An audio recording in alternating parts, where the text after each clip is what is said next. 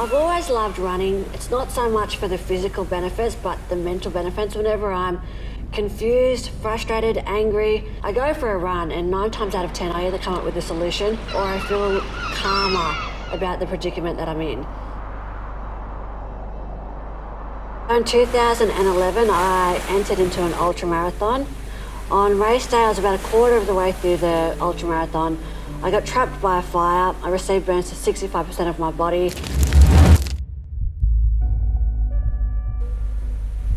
And then what followed was 6 grueling months in hospital, learning how to do the most basic tasks that one could think of.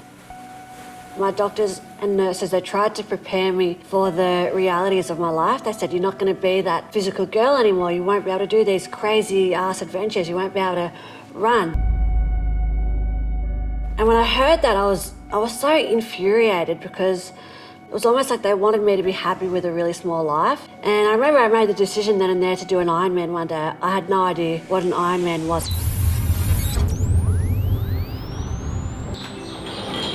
Can I just get a double shot soy latte? I guess because I got burnt in a grass fire running in an ultramarathon, people might assume that I don't like being outdoors and I might not like running anymore.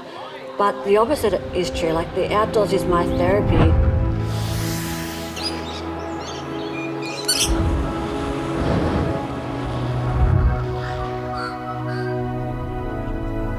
There's some awesome areas you can explore down here, which I love running on.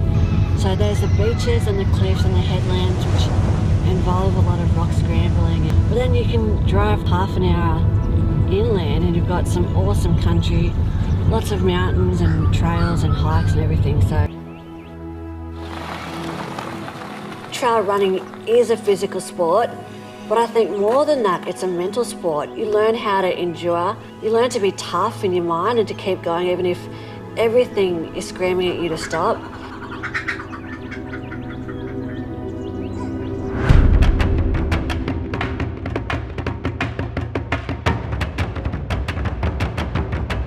So I always break things down into little steps. So I remember when I was training for Ironman, when I signed up, I couldn't even run.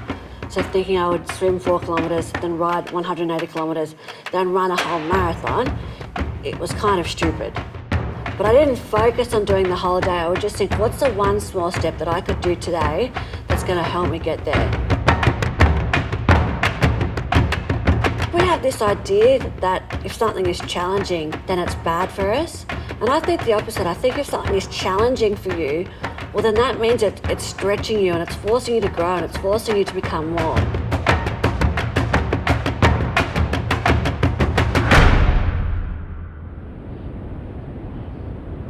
I think all of us are going to go through hard times in life, whether that's a divorce or being made redundant or whatever it is for us. If we choose to focus on the positives, we do feel a lot better about ourselves and about the situation that we're in. And if I look at the positives about everything the fire has given me, it's reaffirmed to me how important self-belief and being persistent is. It's given me that fire inside me to want to go and compete and to want to do these really crazy things. It's not like I'm grateful for what I've gone through, because no one should go through what I've gone through, but at the same time, I am grateful for everything I've learned as a result.